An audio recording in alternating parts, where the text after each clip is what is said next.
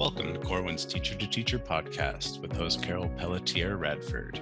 Carol is an experienced classroom teacher, university educator, founder of mentoringinAction.com, and author of 4 best-selling professional books for teachers.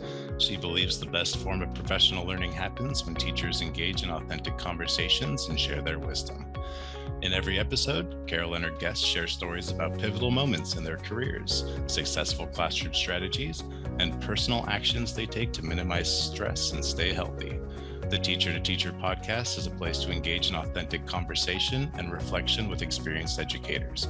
We hope these conversations will energize you, keep you inspired, and remind you why you chose to become a teacher.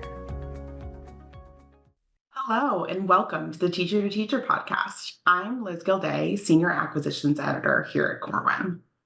This season of the podcast focuses on mentoring in action, and the topic of today's fantastic episode is cultivating positivity through mentoring groups.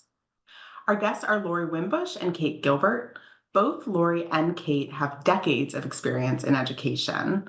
Lori is currently the Assistant Superintendent of Instruction and School Improvement for a public school district, and Kate is a university supervisor for student teachers and teacher candidates in their residency program. I love how the conversation today focuses on connecting, breaking down silos, and humanizing the teaching profession through mentorship groups. Carol, Lori, and Kate share creative and joyful strategies that help them instill positivity in their mentoring groups. From positivity calendar reminders to paint parties, I think you'll hear ideas that surprise and delight you. These two leaders bring such passion and expertise to the conversation, and I hope you'll find this episode as thought-provoking as I did. Let's dive in. Hello, everyone. I am Carol Pelletier Radford, and this is the Teacher to Teacher podcast. I'm here today with 2 very experienced guests. You're going to love this conversation. I've had a chance to talk off air with both of them, and I'm excited to map out some ways in which we can create more positivity in our schools in a somewhat challenging time. So this episode is episode 4, and it is titled Cultivate Positivity Through Mentoring Groups. And this is an interesting topic for me, which I will share a little bit about. Moving from dyad one-on-one conversations to mentoring groups brings its own challenges. And then to add positivity to that lens brings us to another level, because when we mostly think of teachers in groups, it could turn into a gripe session. So, and we need space for that as well, but that's not what we're going to be talking about today.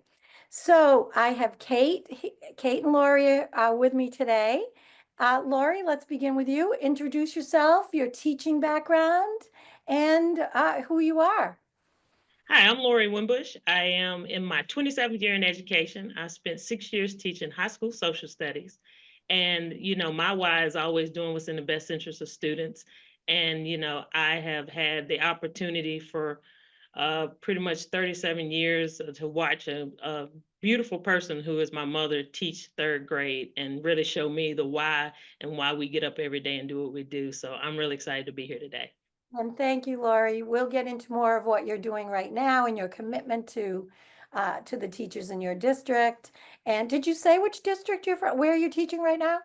I am, I'm an assistant superintendent for instruction and school improvement for Roanoke City Schools in Roanoke, Virginia.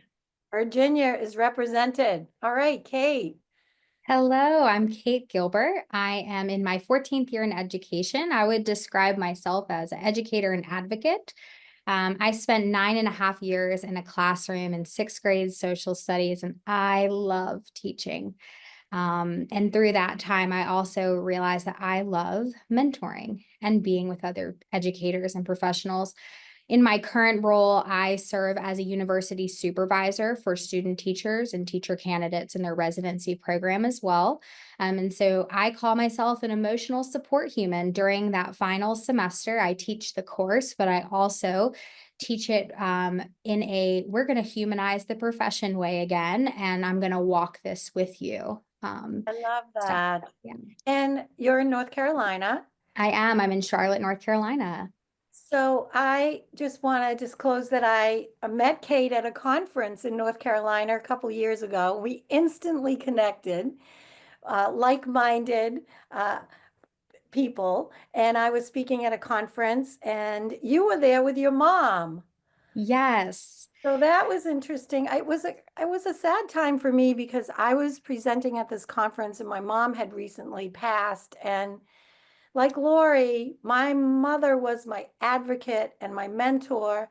And I was sharing the book Teaching with Light at the conference, and I dedicated it to her because I wouldn't be here as a podcast host, teacher, anything if she hadn't pushed me when I was so uncertain in high school when the guidance counselor said, "You're not going to be able to be a teacher. You know, your test scores aren't that great," or whatever. And she would not have it.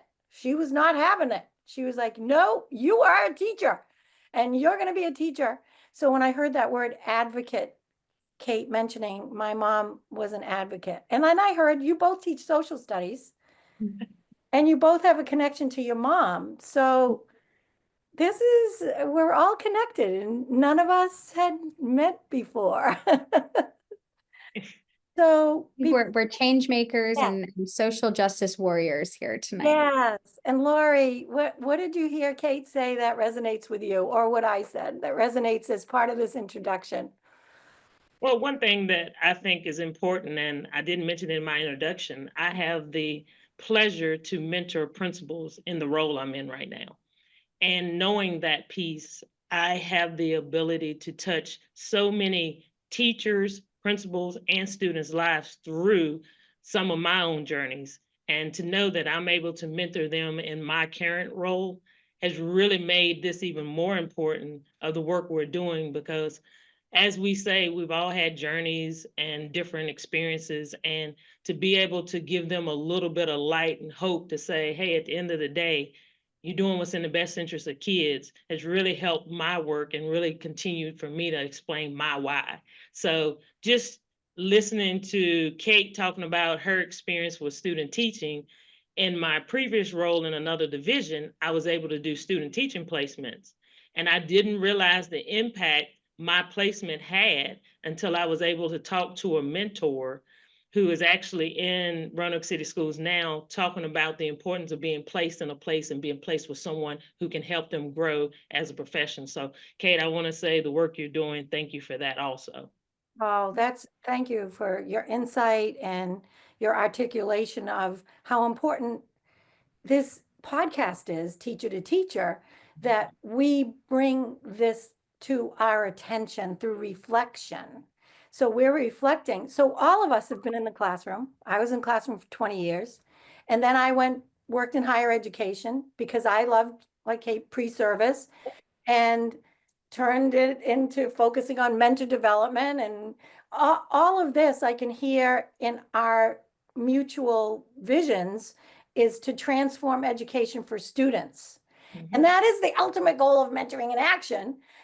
But we have to go through these obstacles, stories, challenges, all of that to get to the students. We have to go through the teachers. And Lori, you're mentioning important, the principals are the school leaders. They're so important. And it's all of us kind of working together. So I just totally believe in mentoring, that it's what I've dedicated my career to. So I want to begin before we dive into the group discussion on an aha moment or a pivotal moment when you were either mentored or you mentored someone else. Like, I want our audience, our listeners, to hear how personal the mentoring relationship is and how it helps us make decisions and big choices, and how important that is. So Lori, what shows up for you when I ask you that pivotal moment? Aha, what do you think about? I go back to my mother.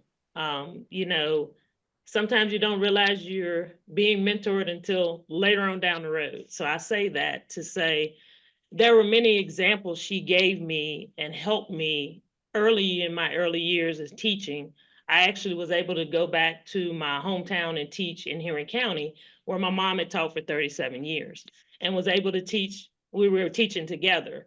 And I remember seeing some of those examples that she now has instilled in me.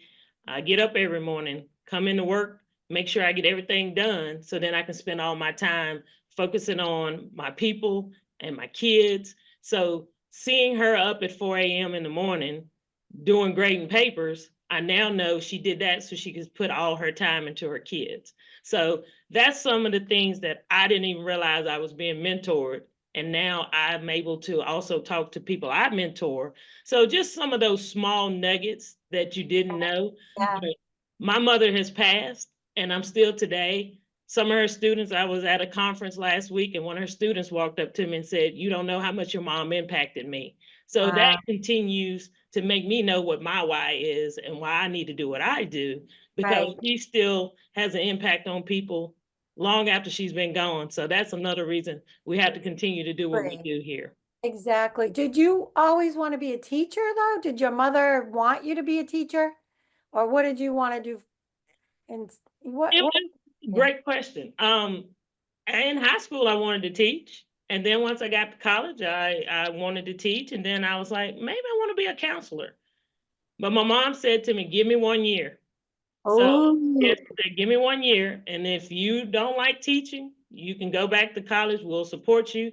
So I said, okay, I'll give you that 1 year. And the great thing was I had a job before I even walked across the stage. I had a teaching job before I even walked across the stage. So I was like, well, I guess I got to do this now. So went because you back. got the job.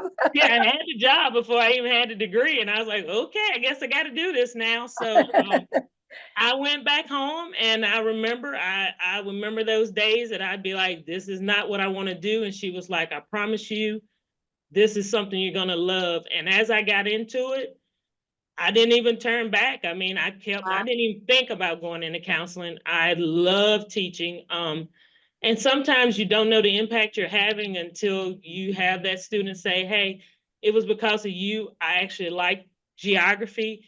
And Right. hearing that was the spark that I was like, this is what I'm supposed to be doing. So that was the aha moment for me. So I'm grateful to this day. I mean, I've been in it for 27 years, so she must have saw something in me. She knew.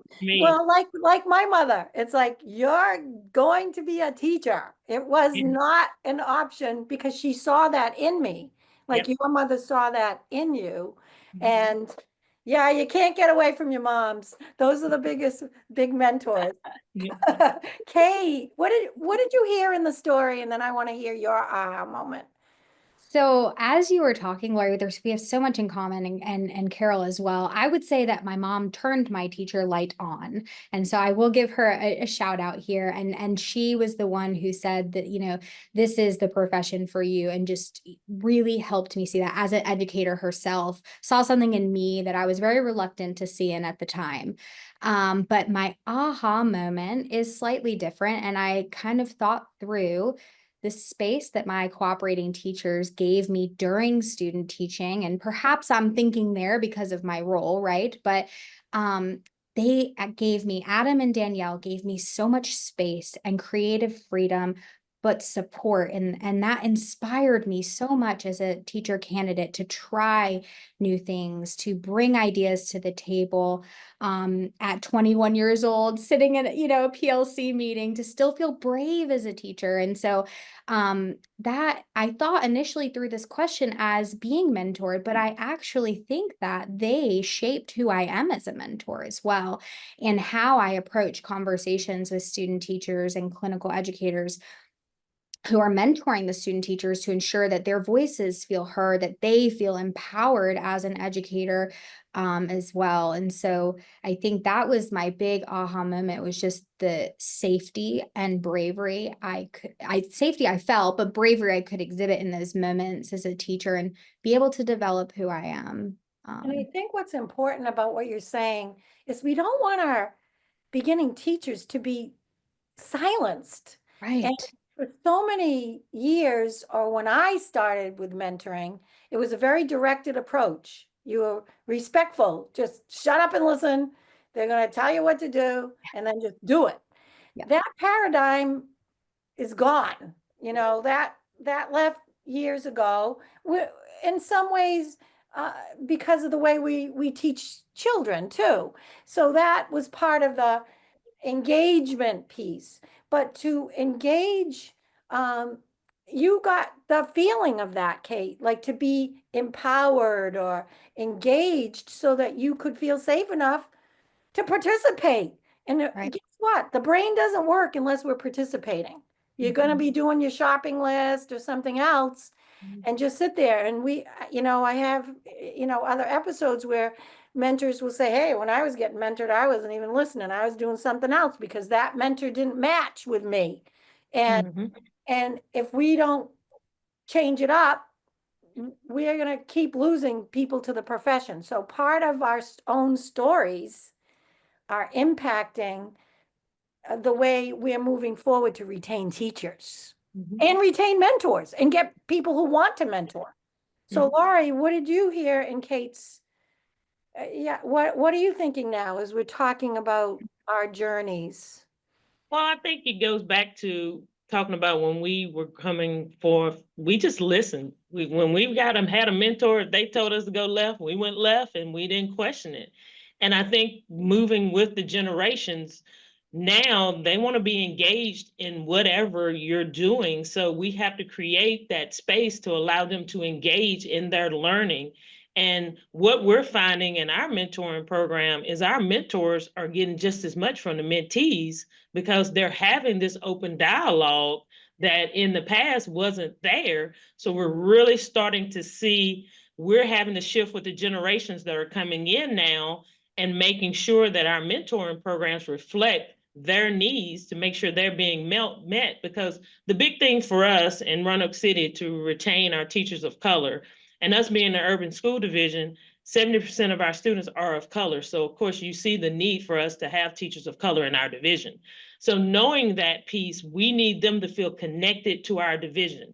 And any way to feel connected to a division is by having people engaged and letting you know what they need and make sure their needs are met and they're heard. That's the biggest piece we're hearing is they want to be heard and to ensure that someone hears them. And if there are needs out there that we, of course, address those as needed. Yeah, wonderfully said. And perfect segue into our topic for today's podcast, which is cultivating positivity through mentoring groups. So I'm going to kind of set the stage with my background about how I got into groups. So truth be told, I've been doing the dyad work, mentoring conversations. That's my research, my doctorate, all of that. Trusting relationships, confidentiality. We do know the dyad very well. What was happening in the schools that I was working with is that we didn't have enough mentors. So the mentors were either getting assigned 2 or 3 one-on-one. They were too busy. They're all teaching. They can't figure out how am I going to give quality time to these people? Then all the other challenges. Are you getting paid? Are you getting released? So all these other administrative things come up. And I was teaching a mentoring class and I decided to, I don't even know how it first came to me. I decided to introduce the concept of group mentoring, in part because my administrator friends were saying, we got to do something. These teachers need help. And the mentors weren't sure. They were complaining too. And we weren't able to differentiate or do anything.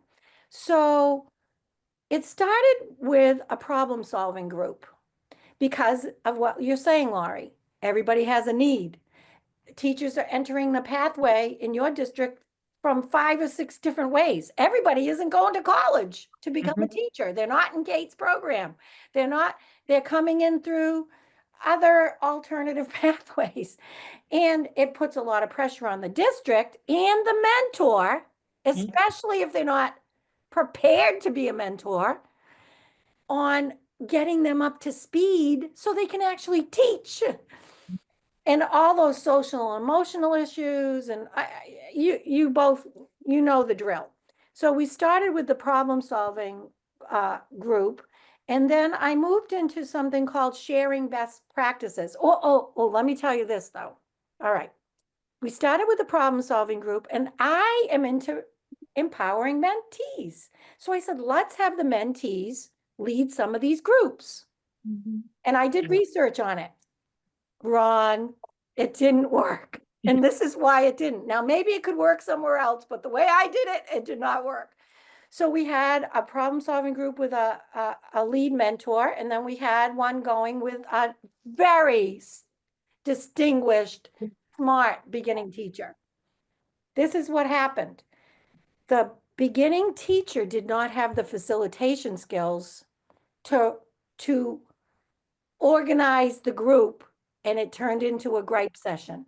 So every time I debriefed with her, they never got to any problem solving, but they only got to saying what their problems were, and everybody left not positive. They felt worse. So it did not cultivate positivity. So we shifted it to only lead mentors could run the groups because we trained them to let the problems out, but then focus. And the novice teachers, we created a new role for them. All they could do is share best practices. So then the novice teachers led groups, and they were like 30-minute, 10-minute, what's working in your classroom? And that's all they could talk about. Total shift in the way it worked. And then the third group that Lori can talk more about is circles of light, whether it be to retain teachers of color or to mix mentors and novices or just novices, it doesn't matter. It's about resilience and stories. And these circles are just like what you were saying, Kate, like share your story, but then share what you did about it. Like, how did you actually resolve that issue? So something coming from, we didn't have enough mentors, to developing these group models shifted the whole way I looked at mentoring. And I find every program should have group mentoring because it does cultivate positivity if you do it right. You just don't throw novices in the wrong. You have to be thoughtful. That's my message. All right, Kate, reaction, response. Yeah. Then Lori. So I feel so similarly and almost validated by everything that you shared, because we are not meant to do this alone. We are not meant to be educators in silos, and we need to humanize this profession again and let it be acceptable to show up in spaces and be our authentic selves. And I found that the group mentoring was inspired by, I am one supervisor who has, upwards of 20 student teachers, and I'm hearing all their stories and their successes and their genius and their challenges in silos. I'm just meeting one-on-one with them, but they're all having these beautiful ideas. And I thought, wow, what if I could get you in a space and you could hear each other and feel that empowerment and share your genius, and also hear that it's okay to have some opportunities for growth too. And what if I'm out of the equation slightly and we're giving each other and sharing ideas and peer reflecting? And so, bringing teachers together, that's something we should celebrate in this profession. And the more that we stay in isolated spaces, the more it's just going to become easier to leave, and our light is going to only be spread and glow brighter around others who share that passion for teaching. Right. Lori, what do you think? What's your reaction to my story and Kate's perspective on this?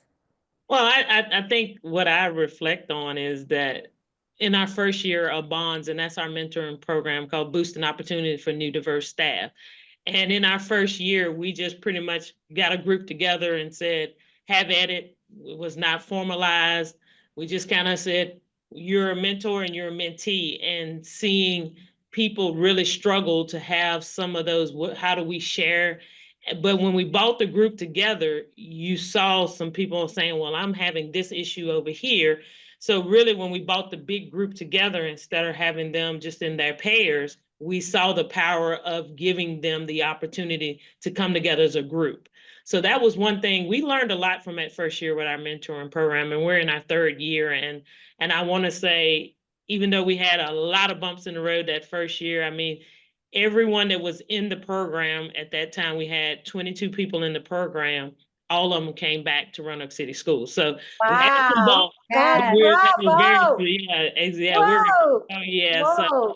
we had Take it in. Take that in. That's huge. Yeah, we're excited about that. And, Wow. as we've learned, we really have seen people grow. But what we found from that first year to the second year is now we have people who have experiences and they're able to share them with some of the other pairs.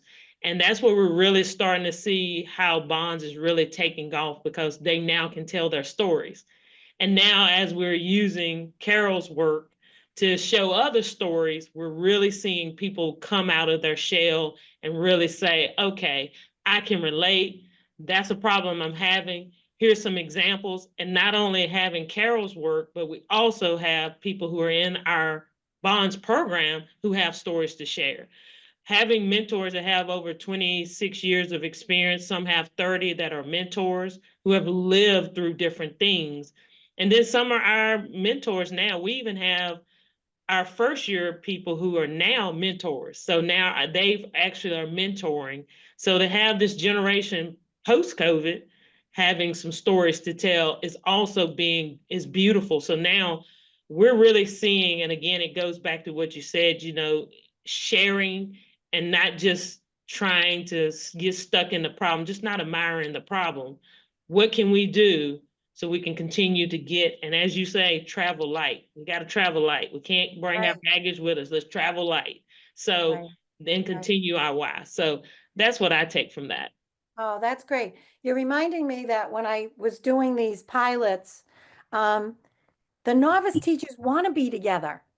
And it doesn't even matter their age, because I worked with a lot of career changers. So they weren't young people, they were career changers. But it didn't matter, because developmentally, everybody was a first year teacher. And it was so interesting in the groups to see the age differences and the camaraderie, which we don't always see because we attribute the wisdom and experience to age, but it isn't always age. And I think that broke down a barrier as well for the beginning teachers. The older teachers felt like they couldn't fail because they were older. They had like a different feeling, like they had been mothers and they were second careers, and they didn't feel safe enough to sometimes share. And that's what I wanted to break down, that debunk that. And so what do you think of that, Kate? That concept? Are you seeing that too? Absolutely. And it's really what inspired my thought of creating the paint party around. Oh yeah, tell us about the paint party. Yeah. So I think I'm just on this charge, along with humanizing the profession, to just also, what if there was joy? What if there were joy in schools? And what if teachers felt joy? We used to have fun. I remember that. Right. And how can exactly. And then how can I bring all of these teachers who are in all the districts around this region that I serve together in a space, because they're not student teaching in the same schools, but I also serve residency teachers. So these are your second career changers who are coming back. And so I wrote a grant to have a paint party because I thought, well, this could be fun, right? Let's celebrate. Let's meet around a text. And I had a local teacher in Charlotte who created a piece around your work, and each teacher around teaching with light, or yes. Really? Yes. And I actually have it with me. I'll show you at the end, but it stays in my office as a constant reminder to me. And I brought them into a space, and we had great constructive dialogue around the text. We painted, we fellowshipped, we bonded, and they all have them in their classrooms now as they made pieces of art that were like light driven, like yes. joyful thing? Yes, Like, yes. give me an example of what one of the ones that, because I know our listeners can't see See, anything, yeah. but what, like, for an example? Yeah, so the teacher actually read your book and then created a original art piece around this that everyone painted how they saw it. And Oh, so, yes, and so she used an anchor, there's an apple, but the apple almost looks like it could be an owl for wisdom, and there's a huge heart in here. It's how you interpret the piece, and I will tell you that no teacher painted it the same, and it was so oh, beautiful. Lori, you have to do this. I'm writing this down because I'm thinking at the end of the year when we bring everybody together, Oh, this will be Yeah, a great a opportunity because paint party. Kate can yes, mentor you. Kate can yeah, mentor you and show you how to do it. yeah. That would be so much fun. Yeah. So I applied for the grant again, but I decided to change up the book that I'm using. And Right. so we are using when I Started teaching. I started to wish I had known. Oh, the other exactly. book. Yeah, Oh, and so that's March 28th. We have our paint party, and I've actually was able to secure more funding, so it's not just my caseload, it's several caseloads coming together. So I have goosebumps and I'm so honored and I'm so excited that you use this. Here's the positivity. It's the creativity, but it's more than a book study. It's a book study that engages. It isn't that you didn't do the resilience and the stories and all that. Okay, Laurie, are you going to do this? I'm thinking because what I love it, and I'm thinking this would be a great opportunity to let them create.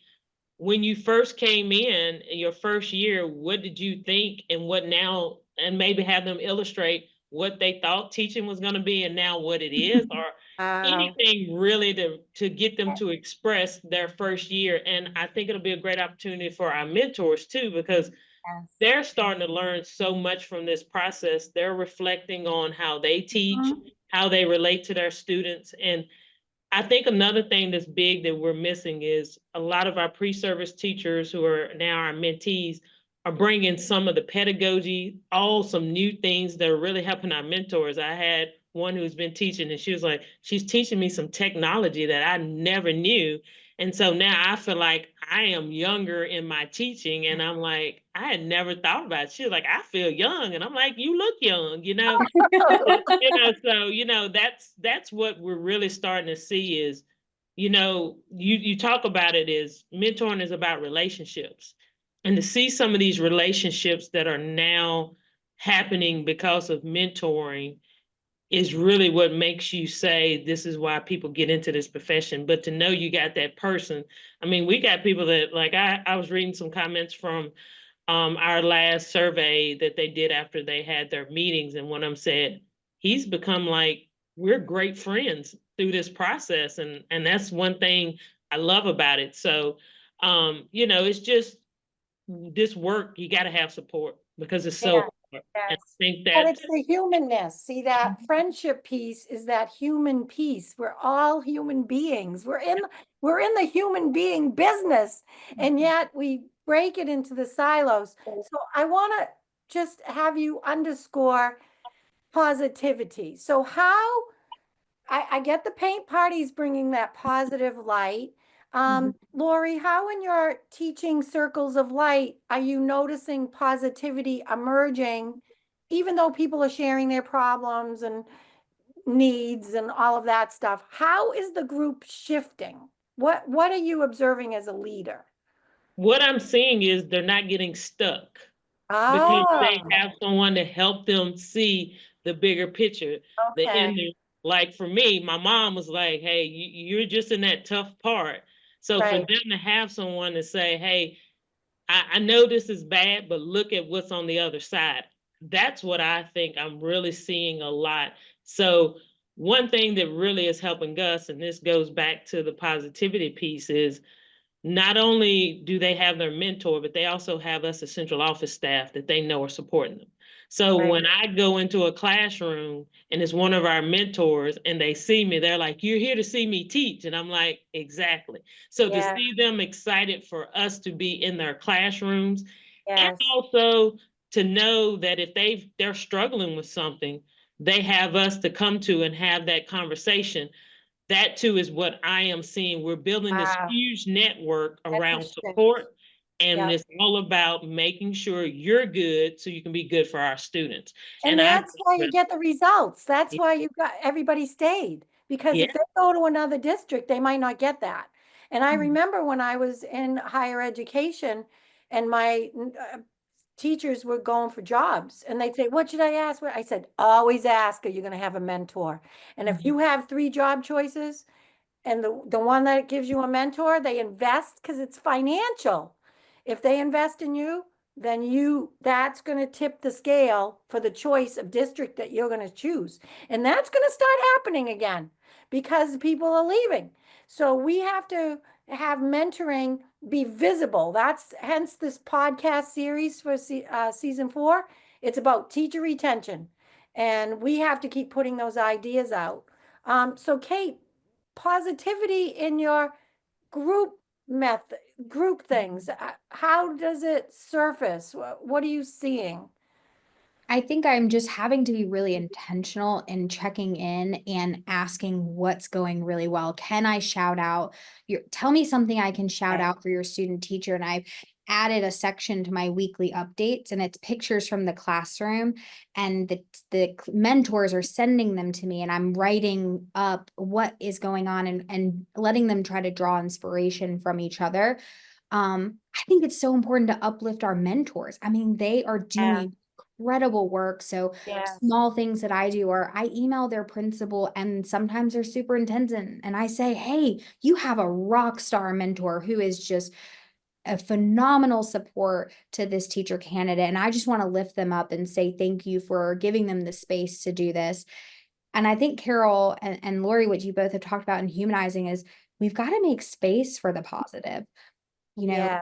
Our day-to-day life can get in the way of that recognition. And so I have it as calendar tasks every day, something positive that I do. I love it. I love because it's a great way to also end or start my day and remind myself that this is the work that I'm doing. And just to see student teachers empowered in a space, they're coming off mute in class. They're, sharing ideas. They love when their pictures in the shout out, and they get excited, and it fosters that relationship with their mentor too. Like, oh, my mentor saw that in me. And so it's just about maintaining that relationship and feeding that as well. Yeah. Intentionally. So that's what the 3 of us are here doing in this podcast, is making it intentional. The other mentoring group that I didn't represent is meeting monthly with the mentors and building that camaraderie, because they feel the same thing as the problem solving groups with the novice teachers. And I really encourage that for our listeners. If you're not doing that, that should be a priority, because again, it follows the gripe session thing, all the things that are going wrong. But we need to hear all of that. And then hear it all, but intentionally the agenda is 10 minutes of that and 10 minutes of what inspires you, and show me something that you just did that worked, or a celebration. And that's all intentional. It's just an agenda. It's just like making the agenda happen. Does that make sense, Lori? Yeah, absolutely. And I speak to that because what we found is after every session, they fill out a survey of what they talked about. And then we always ask, what can the division do, or what are your needs? So we monitor that constantly and we follow back up. But actually following up and going, like, a lot of times if I see that in a response, I actually go to the school and be like, hey, I'm just over here and just checking in. Let's see what I can do to help. And what we were finding was I just need some starters to help me from our mentors of how to get my mentee. I want to talk more about just not time, because time is what everybody is always in the back. But Exactly. I do want to circle back to 2 things you both said, just to kind of piggyback on. Carol, you were talking about retention, but also we're using our mentoring program as a recruitment tool. And that was what we found is we didn't intend for our mentoring program to be a recruitment tool, but it has turned into one. We all know teachers of color right now, if you can find one, and everybody wants teachers of color in our school division. But for us to be able to say we have a mentoring program that caters to our teachers of color also has really brought people into our division. And what we've done is we've actually created videos of the power of our mentorship that we show when we go on recruiting visits to show this is important to us as a division. And one of the things that shows the importance of it for us, and it goes back to being a recruitment tool, is our superintendent. This is part of our strategic plan. So hiring a diverse work staff. So having her at our recruitment, she also comes to our opening. We have an opening ceremony when we start our bonds mentor. She comes and she speaks. She is of color. So to see people, and then our school board is also invested in it too. So I say all that is to say mentoring can become a recruitment tool for a division also. And I just wanted to say this is really something that has shocked us how much people have said, hey, we came to your division because of bonds. And to hear, yeah, so, and we have people who say, I want to be part of bonds, because of course we have kept the groups small, but as it's growing, we're up to now, I think we're up to 53 people in our group. We started with 21, now we're up to 53. And then Kate, going to you talking about providing that space and pretty much allowing people to know that we recognize you and see you. To be able to go in a building and see a teacher of color that's doing great things in their building and say to them, we want you to be a mentor because we see the value of what you're bringing, the great things you're doing in the classroom. And to see that joy to say, next year, we're going to make you a bonds mentor, that has really been a great thing for us. And I just say, we got to recognize people and the great things they're doing, and making them a mentor is a great way to do that. Yes, yes, powerful, very, very insightful, articulate. I can hear the passion in your voice, but I hear the success too and the joy. And yeah, it feels good. It feels good when we're hitting that stride. Kate, anything else that you want to add, or any Yeah. challenges around running the groups? Because I have a challenge that I want to kind of run by both of you, get your feedback, but thoughts?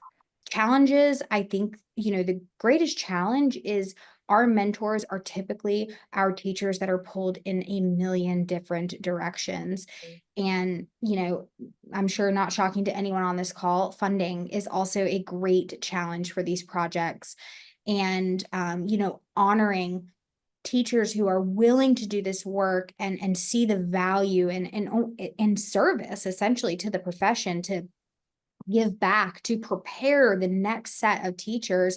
The stipends that go along with that do not reflect the hours of work that the invisible work in education in general. And so I think the challenge that we face is our quality and mentors feeling like they cannot take on this responsibility given all of the other directions they're pulled. There are department chairs, they're running the clubs, there are coaches, right? They're pulled in a million directions. And so and then the funding to compensate them appropriately, right? Because they are doing the hard work day in, day out. So, and it's also the skill set of moving from a dyad conversation to a group facilitation. So one of the challenges that I had, and because people are busy, is having a mentor not just direct the whole conversation, but to weave together and have all the other, and it's a skill set. It's a facilitator skill set. Any insights around that for leading groups? Lori, how do you do it? Yeah, well, we actually use your book, Carol, to help with that. We're actually using Teaching with Light, and we have assigned a chapter for every session they have with their mentee, and it's really giving them almost like a springboard into the conversation, because as you said, when you're having those tough times, it's good to read something that's light. And inspiring. And inspires them, and it turns the whole conversation instead of, I just had this tough conversation with a parent, and then they can read, they both have read the chapters prior to that conversation. So it really kind of helps change the mood and Okay. help flow. So I'm really happy about that. And, you know, I keep piggybacking on what Kate said, talking about making sure we value our mentors through a stipend. I'll give a quick synopsis of how when we started this, and we were originally, when we started Bonds 3 years ago, we weren't going to pay the mentors. And we made the calls, would you be a mentor? Every one of them said, I'll do it for free. I wish somebody had done this when I first came to Roanoke City Schools. When we went back to our superintendent, and she said, absolutely not. We will pay them for their time and they need to be valued. And because she made that statement, we went out and found funding with our HR department to pay our mentors, to be able to call them back and say, we value you as a division. I really knew that was the step. We had a misstep. And because we found the money, and to know that I was able to say, our superintendent values you and what you do for our division and what you're gonna do, that really helped take our program to the next level. So I wanna say, Kate, thank you for saying that as a barrier, because we're really finding sometimes, you know, no good deed goes unpunished, but you have to make sure you value the people who are pouring into your people. Thank And you. I wanna go say that. Yes. And what I'm thinking as we're talking about this is human resources departments are our friends.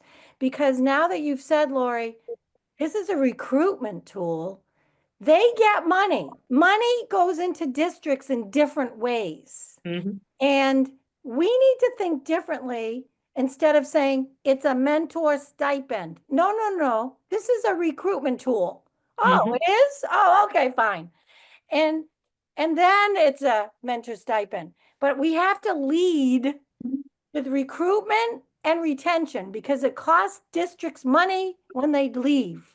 Because Mhm. all we're doing is rehiring. And I hope our listeners take this the right way. We need to collaborate more with the HR people and use it to get the money to pay the mentors and the group leaders and all the books and all the pieces of resources that we need.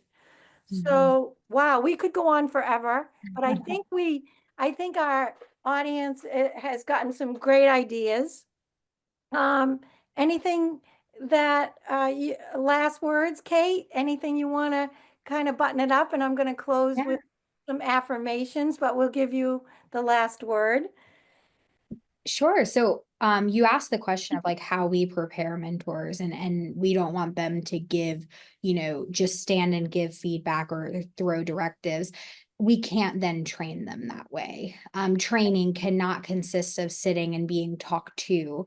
It needs to be a collaborative process from the beginning. We need to dig into identity work. We need to think about our positionalities and really reflect as humans. And we need to model this continuously, what it means to be an impactful mentor. And that needs to show up in every interaction we have with mentors and mentees.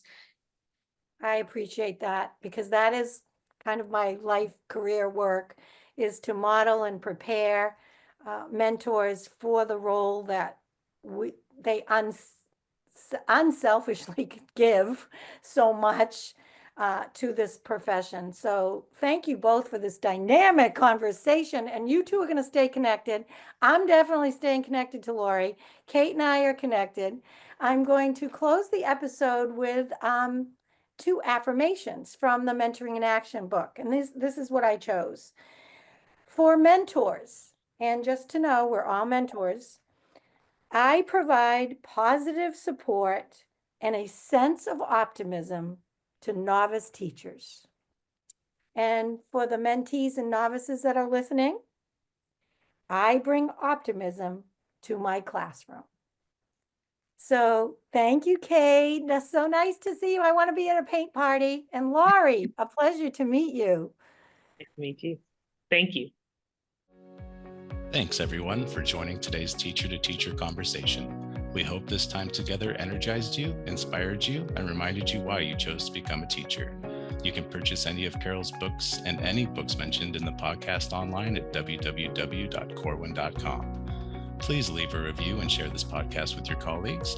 Thank you for listening to the Corwin Teacher to Teacher podcast, a place to share teacher wisdom and engage in authentic conversations with experienced educators. Come explore Corwin's free new teacher toolkit and resources. We've curated these resources based on extensive research from teachers, coaches, and principals alike. Whether you are brand new or a veteran teacher, find ready-to-go teaching tools at corwin.com today.